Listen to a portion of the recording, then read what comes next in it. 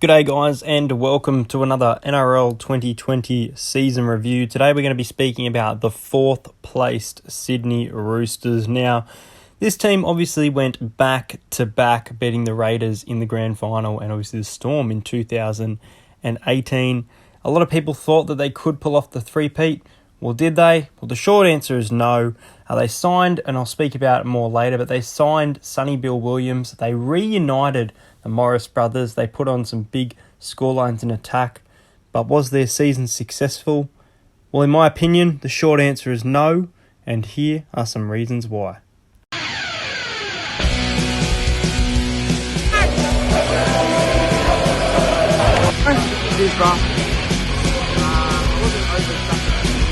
Subscribe to Entertainer.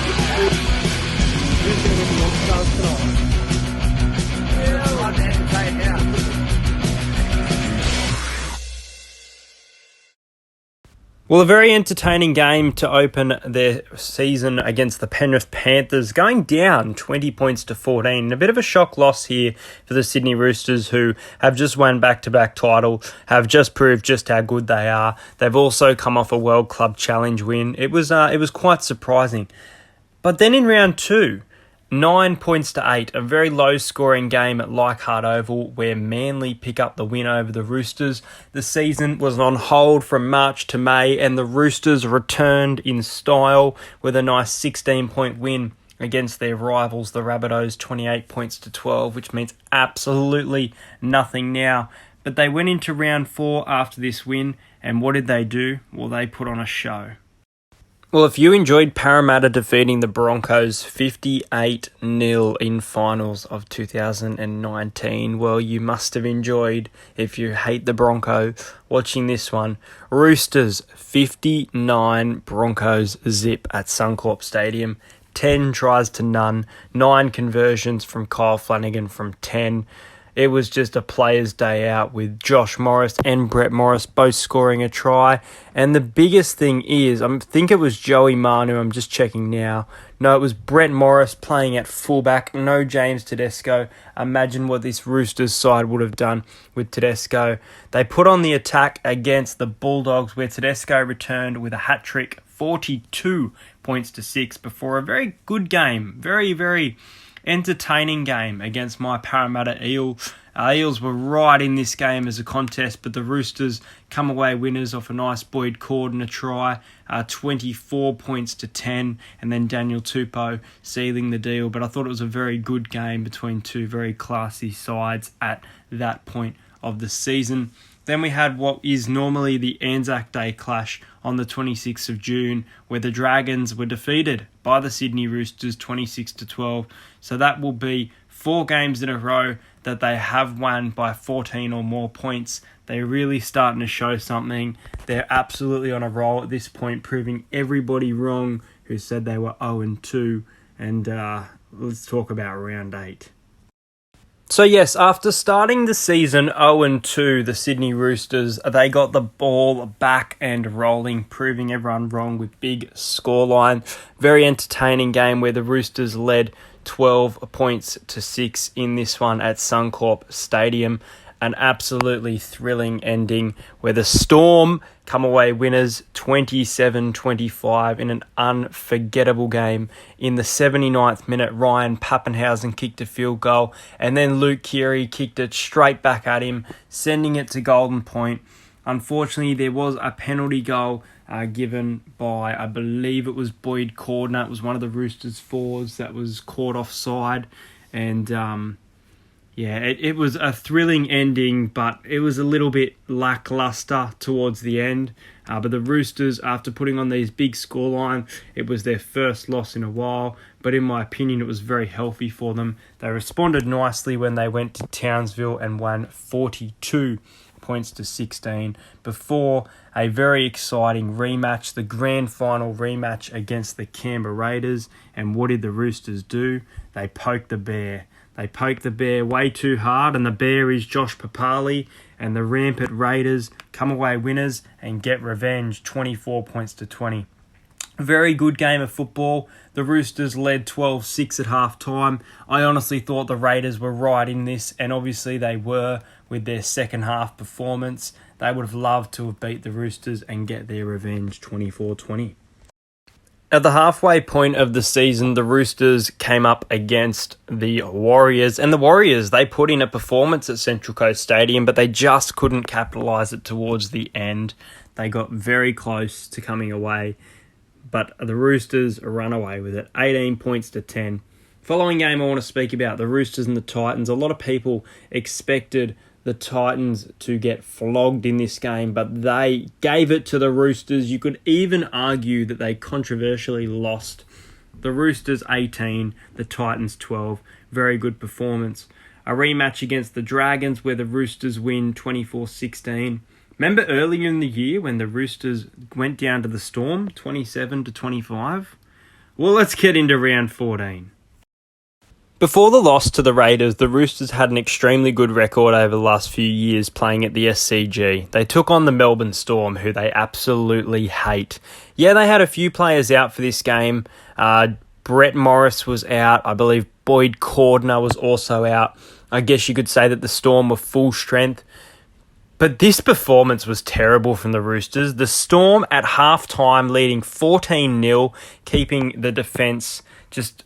The Roosters' attack was poor, really poor. With Tedesco and Keary in that side, I'm in shock. Storm come away winners 24-6. I don't think it was a very good game, but I enjoyed watching the Storm and just how clinical they were against the side. The Roosters bounced back though the following week, 38 points to 16 over the West Tigers at Leichhardt.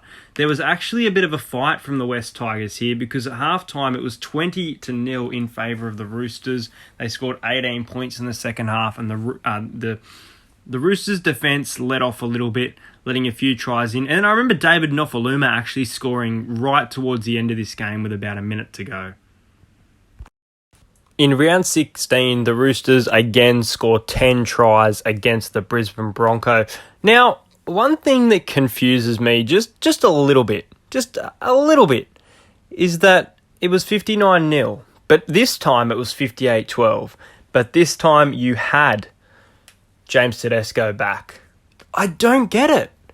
I think his defence is good, but I don't get it. It confuses me. This is the Broncos managing to score here after being down 24-6 at halftime against this Roosters outfit is confusing. What's even more confusing and coincidental is that Kyle Flanagan kicked 9 from 10 goals. Once again, the exact same as last time. So just a little weird point to add for me.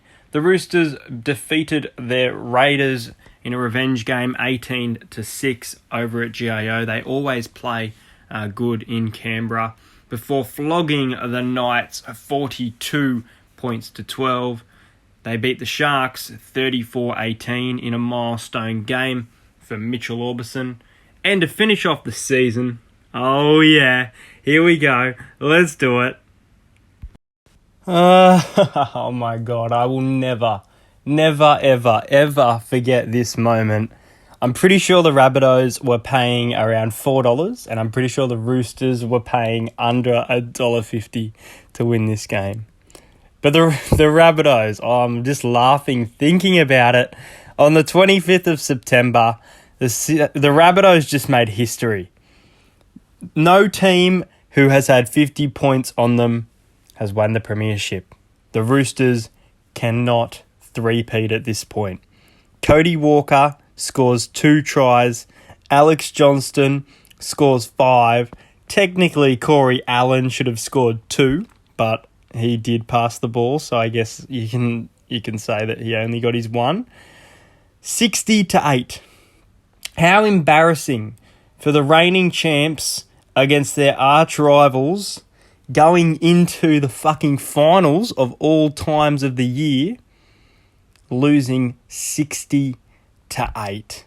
And this sums up the Roosters season for me.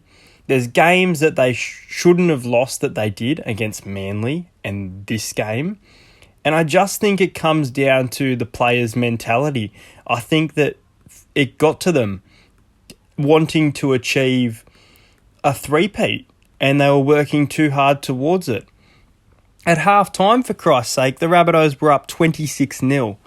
That means they scored over 30 points in the second half alone. Adam Reynolds, not perfect with the boot, but pretty good, 8 from 10. And the Roosters just absolutely shocking. At this point, they'd signed Sonny Bill, a welcome addition to their team. But there was just nothing in attack this night. I will never forget the way that they played, and it just sums up their season. Well, let's look to 2021. They gain Adam Curran from the New Zealand Warriors. They have been granted to play Joseph Suwali in a debut, hopefully soon, who will be one of the youngest players, or if not, maybe the youngest player to play. They lose Kyle Flanagan. Disgusting the way they treated him. Kyle's off to the Bulldogs. Good. Doesn't need to be around people that treat him like that. He did everything for his club that he could. He fought hard. It really pisses me off the way they treated him. I mentioned Orbison's retirement. Sonny Bill Williams returns to rugby union, and Ryan Hall pisses off to the Hull Kingston Rovers. They have re-signed Jake Friend on a 1-year deal. Luke Keary till 2024. They've also signed Jared Roria-Hargraves. I believe they've signed James Tedesco, but there's nothing on here, so take that with a grain of salt. Angus Crichton is coming off contract, as well as Brett, Josh Morris, and Daniel Tupou. I think they're going to have a successful year, though. I'm expecting big things from the Roosters, and let's get into their draw. They've got a very tough draw next year. They play the Storm, Raiders, Rabbitohs, Knights, Panthers, and Eagles all twice. That's tough. Teams they play twice that are a little bit softer, I guess you could say. The Broncos, the Dragons, the Cowboys. They only face the Titans, Sharks, Manly, West Tigers, and Bulldogs once.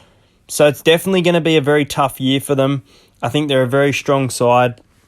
I think they're going to bounce back from going out in straight sets. I didn't even mention their finals appearance. I don't know why. I probably should get into that more, but knocked out in straight sets by the Penrith Panthers in a very close game that Penrith just dominated, but the Roosters came back a little bit to the ref advantage, in my opinion, and then the Raiders knock them completely out. So, I don't think it was a successful season. I think that their attack is really good, and I expect better things from them this year. They obviously finished in 4th, so they are a good team, and I guess you can argue making the top 4 is a successful season, but not for a club that's gone back-to-back premierships to lose by these margins.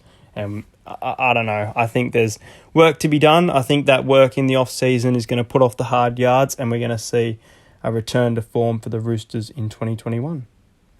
But that's going to do it for this video, guys. Make sure you do like and subscribe to the channel. Tomorrow at 7 p.m, Let's Talk Footy, featuring Clarkie's NRL column. Be sure to check that one out. It will be premiering on the channel. I'll film my next season review and get that out shortly.